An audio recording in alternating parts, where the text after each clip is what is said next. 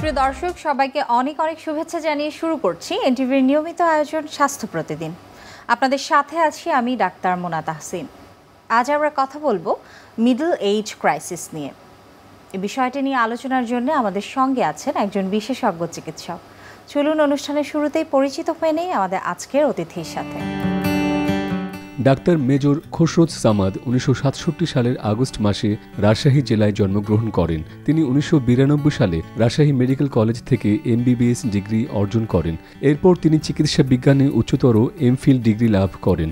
বর্তমানে তিনি armed forces medical কলেজের ফার্মাকোলজি বিভাগের ক্লাসিফাইড স্পেশালিস্ট হিসেবে কর্মরত।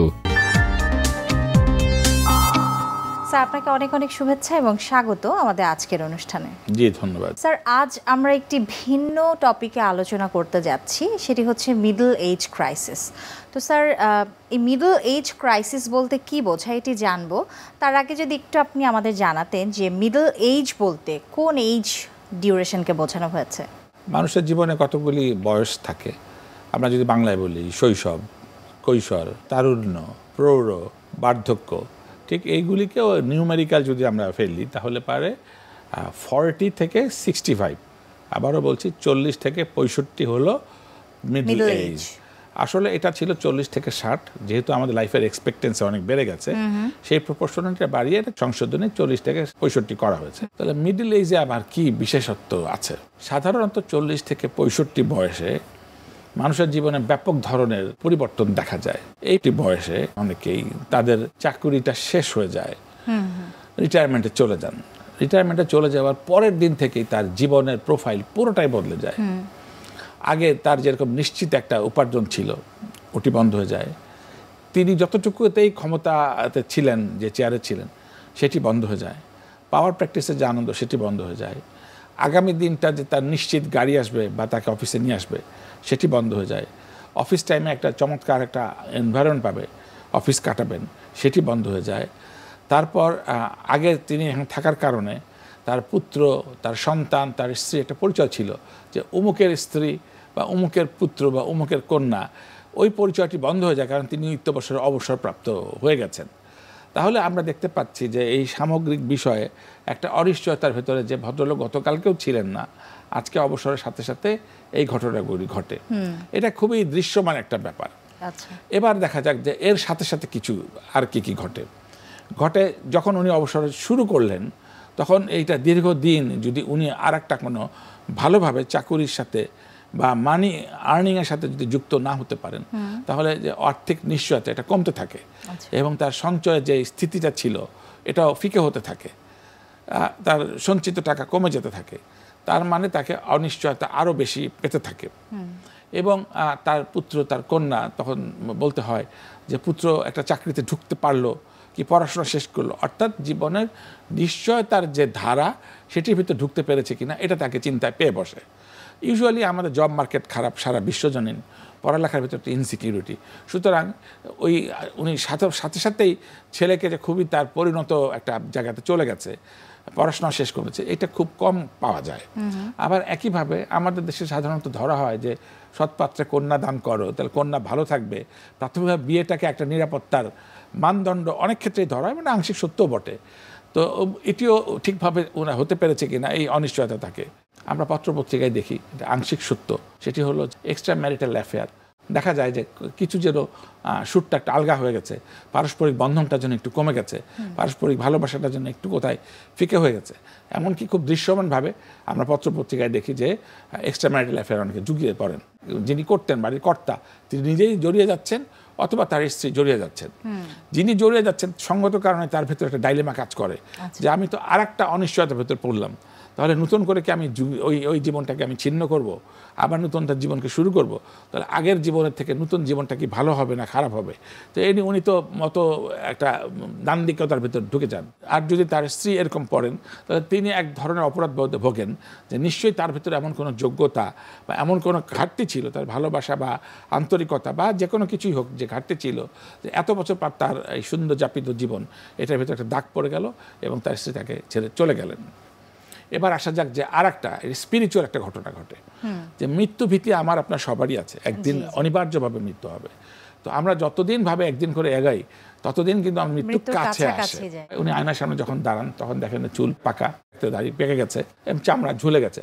আমি বলতে চাচ্ছি বার্ধক্যের যে সমস্ত শারীরিক পরিবর্তন এটা উনি দেখতে পারেন এবং এটা তাকে 3 বার আয়নার সামনে যখন দাঁড়ান 3 বেলা তাকে মনে করিয়ে দেয় যে তোমার বয়স কিন্তু বেড়ে যাচ্ছে, তুমি মৃত্যুর কাছাকাছি আসছো। তাহলে নতুন কোন ক্রাইসিস তৈরি হলো, তাহলে মৃত্যু ভীতি ওনাকে পেয়ে বসলো। এই মৃত্যু ভীতি দুটো পজিটিভ হতে পারতো। এক হলো আমার তো মৃত্যু ভীতি এসে গেছে, সুতরাং আমার জীবনের অনেক দায়, অনেক কাজ আছে, পেশায়, পরিবার, রাষ্ট্রীয়, জাতীয়, এই কাজটা এখন সম্পূর্ণ হয়নি, আমাকে তাড়াতাড়ি করে সেই কাজগুলি করতে হবে। এটি ইতিবাচক হলে ভালো হতো, কিন্তু অধিকাংশ ক্ষেত্রে নেতিবাচক হয়। হায় হায়, আমি তো বুড়ো হয়ে গেলাম, এখন তো আমাকে পছন্দ করছে না, আমার কাছে আমার পরিবারই আমাকে গ্রহণ করছে না, রাষ্ট্রের কাছে আমি কি যাব, অফিসে গেলে তো আমাকে চেনেই না। তাহলে পারে আমার নিজের ভেতরে একটা হীনমন্যতা তৈরি হয়, এটা বেশিরভাগ ক্ষেত্রে দেখা যায়। ফলে উনি ধর্মীয় উপাচারে যুক্ত হন। অবশ্যই আমরা স্রষ্টার কাছে নামাজ পড়বো বা অন্যান্য যেসব আচার সেগুলো করবো, যার যেটা যে ধর্ম। কিন্তু কিছু কিছু ক্ষেত্রে দেখতে পাই যে অতিরিক্ত ধর্মপরায়ণ হয়ে যান এবং জাগতিক সমস্ত কিছু থেকে বিচ্ছিন্ন হয়ে সংসার পরিবর্তন হয়ে উনি সেখানে যান এবং ফলে তার পরিবারটা অনিশ্চয়তা পড়ে এবং উনিও জাগতিক ব্যাপার থেকে বিচ্ছিন্ন হওয়ার কারণে এই পরিবার আনকেয়ার্ড হয়ে যায়। এটি পরিবারের ওপর কি ধরনের ইম্প্যাক্ট ফেলছে এবং এটিকে আসলে স্বাস্থ্যের ওপর কোনো ইম্প্যাক্ট ফেলছে কিনা? তাহলে পারে যেই অসুখগুলি সাধারণত বার্ধক্যে বেশি হয়, হাইপারটেনশন, উচ্চ রক্তচাপ, diabetes, chronic kidney disease, asthma, ক্ষেত্র বিশেষে ক্যান্সার, লিভার ডিজিজ, এগুলি যে কোনো বয়সে হতে পারে। চোখে ছানি পড়া, দাঁত নড়বড় হয়ে যাওয়া, এইগুলি মাল্টিপল ডিসঅর্ডার আসে। ফলে এই ডায়াবেটিকটাকে নিয়ন্ত্রণ করতে গেলে তার খাবার যতটা রেস্ট্রিকশন হয়ে যায় হঠাৎ করে, এই খাবার, বাঙালি তো ভোজন রসিক জাতি, আমি আপনিও খেতে পছন্দ করি, আমাদের সাংস্কৃতিক উপাদান কোথাও গেলে কিছু না হোক আমরা ডালা ভর্তি করে পারি আর না পারি অনেক খাবার আমরা পরিবেশন করি। তো হঠাৎ করে যখন উনি রক্তে চিনি পান বা রক্তে উচ্চ মার্গের কোলেস্টেরল ধরা পড়ে, চর্বি যখন ধরা পড়ে, তখন ডাক্তার বলে এই তো সাবধান, তখন আপনি চিনি জাতীয় খাবার খাবেন না। তার মিষ্টি বাদ গেল, ফাস্ট ফুড বাদ গেল, জাঙ্ক ফুড বাদ গেল, এদিক থেকে গরুর মাংস বা খাসির মাংস, রেড মিট জাতীয় খাবার বাদ গেল, অন্যান্য চর্বি জাতীয় খাবার বাদ গেল, আলু বাদ গেল, সীমিত পরিমাণে 1 কাপ হয়তো ওনাকে ভাত দিতে বলা হচ্ছে, 1 টুকরা মাছ হয়তো দিতে বলা হচ্ছে, 1 পিস সবজি হয়তো দিতে বলা হচ্ছে।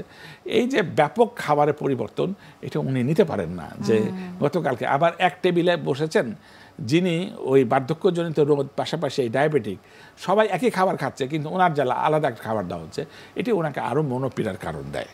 এটার জন্য উনি আবার এই যে অর্গানিক ডিসঅর্ডার, সাইকোতে তার প্রবলেম ছিল, সেটা তার শারীরিক থেকে মনে হয় সাইকোসোমাটিক ডিসঅর্ডার হচ্ছে। তো এই ক্ষেত্রে কি আমাদের জায়গা থেকে পরিবারের মানুষের কোনো কিছু করণীয় আছে কিনা? তার সন্তান, তার বেটার হাফ আছেন, তার বাবা মা, পরিবার, সমাজ, রাষ্ট্র, আসলে প্রত্যেক ক্ষেত্রেই জানতে চাইবো। দেখেন, এটা ইতিবাচক হতে পারে, নেতিবাচক হতে পারে। আমি প্র্যাকটিসটা বলছি। একটু আগে আমি বলেছি যে সন্তানটি, পুত্র সন্তান, সে মনে করতে পারে, তার বাবাকে বলতে পারে কি তুমি আমাকে খরচ দাও, আমি স্কুলে যাই, কলেজে যাই, আমাকে এত অল্প পয়সা দাও, আমার ও দামি টিফিন খায়, আমি বাসে যাই, ও তো প্রাইভেট গাড়িতে যায়। তাহলে তাকে এক ধরনের স্ট্রেসে রাখে, তার ফিলিং অফ গিল্ট অনুভব হয়। আবার তার যে কন্যা আছে, কেউ কেউ একে বলে দেখো আমার কাপড় তো আপ টু দ্য স্ট্যান্ডার্ড না, ও বিদেশে গেছে বেড়াতে, আমি তো যাই নাই। এই একটা স্ট্রেস তার ভেতরে একটা কাজ করে এবং এর ভিতরে যে ওনার মনে হয় যে সারা জীবন আমি তো আসলে সন্তানের জন্যই কাজ করলাম, তাহলে এইটা তার রিটার্ন, এর ভেতরে তার ভিতরে কাজ করে। একইভাবে ক্ষেত্র বিশেষে কেউ কেউ তার বেটার হাফ আসলে বেটারের ভূমিকাটা পালন করতে পারেন না, বরং কিছু উত্তেজনা দেখা যায়। এই খুবই প্রাসঙ্গিক হবে হরমোন ব্যাপারটা তুলে নিয়ে আসা। ধরা যাক একজন 55 বছর রিটায়ারমেন্টে গেলেন, সরকার তো গভর্নমেন্ট চাকরি ধরে দেওয়া আছে যে 59, এবং বেসরকারি চাকরিতে রিটায়ারমেন্টের কোনো শব্দ নাই, যে যতক্ষণ দক্ষ তাকে ততদিন রাখা হয়, তারপর যে কোনো সময় তাকে বলা হয় তুমি চলে যাও। আমি যদি 59কে একটা বটল নেক ধরি, আমাদের দেশে স্ত্রী আর স্বামীর দূরত্ব মোটামুটি 5 বছর, তাহলে ওনার স্ত্রীর বয়স তখন 55 বছর। আমরা জানি যে শারীরবৃত্তীয় প্রক্রিয়ায় আমাদের মা বোনেরা এই সময়কালে একটা তাকে মেনোপোজ বলে এবং হরমোনের ঘাটতি হয়। এই মেনোপোজের কারণে তিনিও কখনো কখনো উত্তেজিত থাকেন, হট ফ্ল্যাশ হয়, রেগে যান, শর্ট টেম্পার হয়, এগুলি মুশড়ে পড়েন। এই কারণে উনিও আবার বাড়তি একটা প্রেশার দেন। এই multi sectorial distress disorder, having আর হ্যাভ নট, এই পাওয়া না পাওয়ার বেদনা থাকে, খুবই কষ্টে রাখে। এবার আসেন আর একটা পার্ট, সেটা হলো যে বাবা মা। অনেকেরই বাবা মা থাকেন না এই বয়সে, কারণ যাদের থাকেন তারা আবার এই সন্তানকে ওই প্রতিপক্ষ মনে করেন, অর্থাৎ কারো কারো শাশুড়ি আর স্ত্রী দুই প্রতিপক্ষ মনে করেন, এবং এই ভদ্রলোক একা মাঝখানে স্যান্ডউইচের মতো, তিনি একবার মাকে খুশি করবেন, না তার স্ত্রীকে খুশি করবেন, না তার সন্তানকে খুশি, তার দাদাকে বাবাকে খুশি করবেন, এটার মাঝখানে উনি পড়ে একটা জটিল আকার আরো বেড়ে যায়। উনি কাকে করবেন? এবং এমন হয় যে ইনি বলে দেন যে তুমি ওনার সাথে থাকো, তো আমি থাকবো না, আবার ইনি বলে যে তুই ওর সাথে থাক, আমার দরকার নাই। এইটা একেবারে খুব তেতো হয়।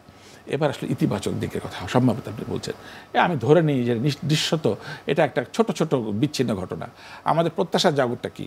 তার সন্তান, তার পুত্র অথবা কন্যা তাকে বলবে, বাবা তুমি তো আমাকে এই 30 বছর বা 20 বছর তোমাকে চালিয়ে এসছো, এখন তুমি অনেক ক্লান্ত, তুমি রেস্ট নাও, মন চাইলে তুমি বাগান করো, নামাজ পড়ো, ভালো বই পড়ো, ঘোরো, আত্মীয়র কাছে যাও, দেশের বাইরে যাও, আমি আমার মতো করে এতদূর করেছো, আমি আমার মতো করে আমাকে নিজে গড়ে নিব। পুত্র বললো আমি আমার মতো গড়ে নিব, বরং তাকে তারা কোয়ালিটির সময় দিল।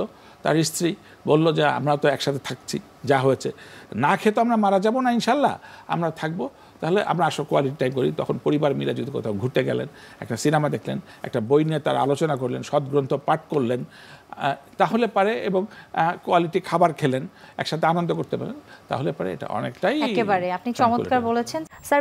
মিডল এজ ক্রাইসিস নিয়ে আমাদের এই মেডিকেল বিদ্যায় কোনো ব্যাখ্যা আছে কিনা? যে নিশ্চিতভাবে আছে, সেটি পুরুষ এবং স্ত্রীর ক্ষেত্রে পার্থক্য আছে। আমরা পুরুষকে দিয়ে শুরু করি। আমাদের শরীরে যে আনন্দ রাখা, আমার এই অল্প চা খেয়ে আমার খুবই ভালো লাগছে, এটা কিছু হরমোনের ব্যাপার থাকে, এন্ডরফিন এবং কিছু এন্ডোজেনাস কিছু সাবস্টেন্স, কেমিক্যাল, এগুলি খুবই টেকনিক্যাল শব্দ। আমি সহজ করে বলতে চাচ্ছি, মানুষ যাকে আনন্দে রাখে, বয়সকে স্বাভাবিক রাখে, সেই জিনিসগুলির ঘাটতি হতে থাকে। আচ্ছা, ফলে তার এই যে বার্ধক্যের এটা শারীরিকের সাথে মনোজাগতিক পরিবর্তনটাও ঘটে থাকে, নেতিবাচক যে চিন্তা এটা তার ঢুকতে থাকে। দুই হচ্ছে multiple disorders, kidney, liver, high pressure, diabetes, এগুলো প্রত্যেকটাই তার অর্গানগুলিকে কম বেশি ইনভলভ করে। ফলে তার ডিকেইংটা বেরি হয়ে যায়, এবং ফ্রি রেডিক্যালস মানে তারুণ্যে রাখবার জন্য স্ক্যাভেঞ্জার্স এই ভূমিকাটা কমে যায়। অর্থাৎ উনি বুড়িয়ে যাচ্ছেন, এই বুড়িয়েটা শারীরিকভাবে তাকে মনেরটা করছে, মনেরটা করে করে শারীরিক কাটছে। এর সাথে আরেকটা সম্পর্ক খুবই যুক্ত করা প্রাসঙ্গিক, সেটা হচ্ছে প্রস্টেট একটা গ্ল্যান্ড আছে, আমরা সেটা জানি, এটা শুধুমাত্র পুরুষেরই থাকে। প্রস্টেট গ্ল্যান্ডটা বড় হয়ে যায়, এই প্রস্টেট গ্ল্যান্ড বড় হয়ে গেলে একটা ফলস লিবিডো ডেভেলপ করে ফর টাইম বিং, অর্থাৎ ওনার ইচ্ছাটা, জৈবিক ইচ্ছাটা বেড়ে যায়, এবং কিন্তু তার সক্ষমতাটা সেভাবে পরিপূর্ণ বাড়ে না। ফলে আমরা কিছু বিচ্ছিন্ন খবর দেখতে পাই, গ্রামে একাধিক বিয়ে করার প্রবণতা, শহরে পদস্খলনের প্রবণতা, এটাও কিন্তু ওই হরমোনের থেকে হয়। তো সুতরাং এটা খুবই যান্ত্রিকভাবে তোমার দোষ এভাবে কিন্তু এটা হ্যান্ডেল করা যাবে না, এটার ভেতরে ঢুকতে হবে, এবং এটা ঢুকে এই হরমোন বা প্রস্টেটের যে আমরা উপজাত যে আচরণটা দেখলাম, সেটাকে যদি আমরা ডাক্তারিভাবে যদি আমরাকে প্রফেশনালি অ্যাড্রেস করি, তাহলে পরে আমার মনে হয় যে এটা অনেকটাই ভালো থাকবে। এবার আসা যাক যে স্ত্রীর কথাটা আপনি বলেছেন, দম্পতিত্ব। তাহলে আমরা একটু আগে যে কথাটা বলেছি যে মেনোপজ একটি স্বাভাবিক শারীরবৃত্তীয় প্রক্রিয়া, আমাদের দেশে মোটামুটি 40 থেকে 45 বছরে এই মেনোপজ হয়, ক্ষেত্র বিশেষে কিছু 5 বছরে এরপর হতে পারে। এটাতে আসলে কি ঘটনা ঘটে, এটা যে জরায়ু থেকে প্রতি পিরিয়ড হতে প্রতি মাসে মাসে এটা বন্ধ হয়ে যায়, মানে মূলত এটা হরমোনের কারণে। ইস্ট্রোজেন এবং প্রোজেস্টেরন এই দুটো হরমোন নারীকে নারী রাখে, তার কমনীয়তা, তার ভগ্নির মতো আচরণ, তার মায়ের মতো আচরণ, তার জায়ের মতো আচরণ, এই যে মানবিক সুন্দর একটা আচরণ, এটার জন্য এই হরমোনগুলি রেসপন্সিবল ছিল। তাহলে এই হরমোনগুলি যেহেতু কমে যায়, তাহলে এই যে মাতৃরূপিণী স্নিগ্ধ আচরণ এটা কমে যায়। ফলে কারো কারো খিটখিটে মেজাজ হতে পারে, শর্ট টেম্পার হতে পারে, ঘুম না আসতে পারে, বুক ধরফর করতে পারে। তাহলে এটা কি করতে হবে, যে প্রশ্নটা আপনি তুলেছেন, এর জন্য ক্ষেত্র বিশেষে ডাক্তারের শরণাপন্ন হতে পারে, এবং ডাক্তার কখনো কখনো HRT হরমোন রিপ্লেসমেন্ট থেরাপির কথা ভাবতে পারে। একেবারে চমৎকার বলেছেন স্যার।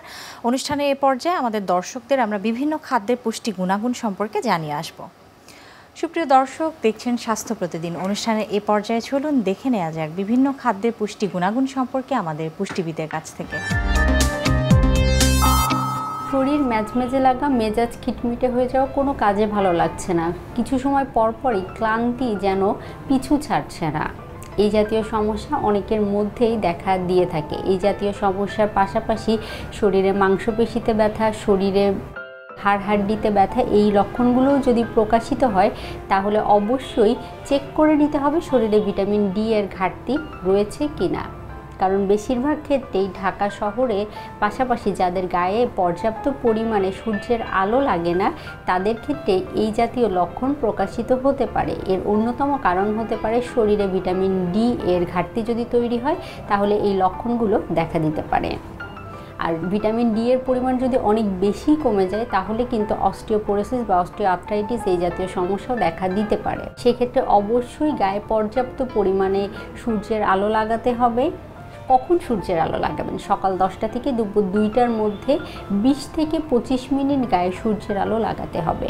পাশাপাশি সূর্যের আলোতে বেড়ে ওঠা হাঁস মুরগির ডিম, গরু ছাগলের দুধ, এছাড়াও ফর্টিফাইড বিভিন্ন ধরনের খাবার মার্কেটে এখন পাওয়া যায় যেগুলো ভিটামিন ডি ফর্টিফাই করা থাকে, সেগুলোও নিয়মিত গ্রহণ করতে পারেন। আর অতিরিক্ত পরিমাণে কমে গেলে অবশ্যই বিশেষজ্ঞের শরণাপন্ন হয়ে কতটুকু পরিমাণে সাপ্লিমেন্ট গ্রহণ করতে হবে সেই বিষয়টি নিশ্চিত হয়ে তারপরে গ্রহণ করার চেষ্টা করতে হবে। অনেকে নিজে নিজেই সাপ্লিমেন্ট গ্রহণ করেন, যে বিষয়টি করা থেকে বিরত থাকতে হবে। কারণ আপনার কতটুকু ভিটামিন ডি কমে গিয়েছে সেই অনুযায়ী কতটুকু ডোজ হওয়া উচিত, ডোজগুলো কত দিন ব্যাপী চলবে সেই সম্পর্কে সঠিক আইডিয়া অবশ্যই একজন বিশেষজ্ঞ ডাক্তার আপনাকে দিতে পারবেন। তাই ভিটামিন ডি এর পরিমাণ কমে গেলে বা এই লক্ষণগুলো দেখা গেলে দেরি না করে একজন বিশেষজ্ঞের শরণাপন্ন হতে হবে। পাশাপাশি সঠিক সুনির্দিষ্ট খাদ্য তালিকা মেনে চলতে হবে, নিয়মিত গায়ে সূর্যের আলো লাগাতে হবে। স্যার, আমরা একেবারে অনুষ্ঠানের শেষ পর্যায়ে আছি। সবশেষে আমাদের দর্শকদের জন্য আপনার বিশেষ কোনো পরামর্শ আছে কিনা? আমাদের সবারই কম বেশি জীবনে একটা পর্যায়ে যে আমরা এই মিডল এজে পড়ব, এবং আজকের যে তরুণ, যে উচ্ছ্বাস ভরা তারুণ্য, তাকেও কিন্তু মিডল এজে আসতে হবে। এবং অনেকেরই এই যে আমি এত কথা বললাম, এরকম ক্রাইসিসেও পড়াটা দোষের কিছু না, সিস্টেমটাই তাকে আসলে ক্রাইসিসে ফেলে দেয়। সুতরাং আমি যারা মিডল এজের মধ্যে পড়তে যাচ্ছি তারা কিন্তু আগের থেকে সচেতন হব। এটা একটি স্বাভাবিক প্রক্রিয়া, এটা ভয় পাওয়ার কিছু নাই। কোনো মানুষ 39 বছরের পরে একসাথে 70-এ পৌঁছাবে না, তাকে 40-45 পার হয়ে আসবে। সুতরাং যা যা সতর্কতা করার কথা ছিল সেগুলি সম্বন্ধে তাকে যত্ন নিতে হবে, শরীরের যত্ন নিতে হবে, পুষ্টিকর খাবার খেতে হবে, ধর্মীয় উপাচার করতে হবে, ভালো গ্রন্থ পড়তে হবে, এবং পারিবারিক সম্পর্ককে আরও অটুট রাখতে হবে। এবং এইসব আমরা দেখি না যে এই গ্রুপ সেই গ্রুপ, স্কুলের বন্ধুদের সাথে রিউনিয়ন করা যাক, কোনো সমস্যা নাই। কলেজের বন্ধুদের সাথে এক কক্সবাজার ঘুরতে গেলে কোনো সমস্যা নাই। এরকমভাবে নিজেকে একটা আনন্দের জগতের ভিতরে রাখতে হবে, তাহলে হয়তো চিকিৎসকের দরকার হবে না। অত্যন্ত সুন্দরভাবে আলোচনা করেছেন এবং অনেক অনেক ধন্যবাদ জানাচ্ছি আমাদের অনুষ্ঠানে আসবার জন্য। স্বাগতম। সুপ্রিয় দর্শক, এতক্ষণ দেখছিলেন স্বাস্থ্য প্রতিদিন। কথা হচ্ছিল মিডল এজ ক্রাইসিস নিয়ে। আশা করছি আজকের এই ভিন্ন আলোচনা আপনাদের অনেক ভালো লেগেছে এবং আপনাদের অনেক অনেক কাজে আসবে। চলুন এই পর্যায়ে দেখে নেই কি থাকছে আগামী পর্বের স্বাস্থ্য প্রতিদিন অনুষ্ঠানে। যে কোনোভাবে কোনো না কোনো ফর্মে এই রিজিয়নে আঘাত লাগলে মুখমণ্ডলের যে কোনো হাড় ভাঙতে পারে। সেই ক্ষেত্রে কোনো কোনো রোগীর শুধু নিচের চোয়ালের হাড় ভাঙতে পারে, যেটা ম্যান্ডিবুলার ফ্র্যাকচার বলি, একেবারে নেক অফ দ্য কন্ডাইল থেকে শুরু করে বডি, অ্যাঙ্গেল, সিম্পাইসিস, যে কোনো জায়গায় নিচের চোয়াল। কখনো কখনো নিচের চোয়ালের সঙ্গে উপরের চোয়ালে অ্যালভিউলার বোন অথবা ম্যাক্সিলা, উপরের চোয়ালের যে হাড় উপরে মিড ফেসের এইখানে নেজাল বোন ভাঙতে পারে। এইগুলা সব চিকিৎসা করে একদম আগের পর্যায়ে তার স্কেলেটাল যে ফর্ম ছিল, যেই ফ্রেমওয়ার্ক ছিল, সেই পর্যায়ে নিয়ে আসতে হয় সার্জিক্যাল চিকিৎসার মাধ্যমে। বিশ্বের যে কোনো প্রান্ত থেকে যে কোনো সময় আপনাদের প্রিয় অনুষ্ঠান স্বাস্থ্য প্রতিদিন দেখতে ভিজিট করুন আমাদের পূর্ণাঙ্গ ওয়েব পোর্টাল www.ntvbd.com। এছাড়াও এনটিভির জনপ্রিয় সব অনুষ্ঠান ও খবরের আপডেট পেতে ভিজিট করুন আমাদের ইউটিউব চ্যানেল ও ভেরিফাইড ফেসবুক পেজে। আজ এখান থেকেই বিদায় নিচ্ছি, আবারও দেখা হবে। সে পর্যন্ত সবাই ভালো থাকুন, সুস্থ থাকুন, নিরাপদে। আল্লাহ হাফেজ।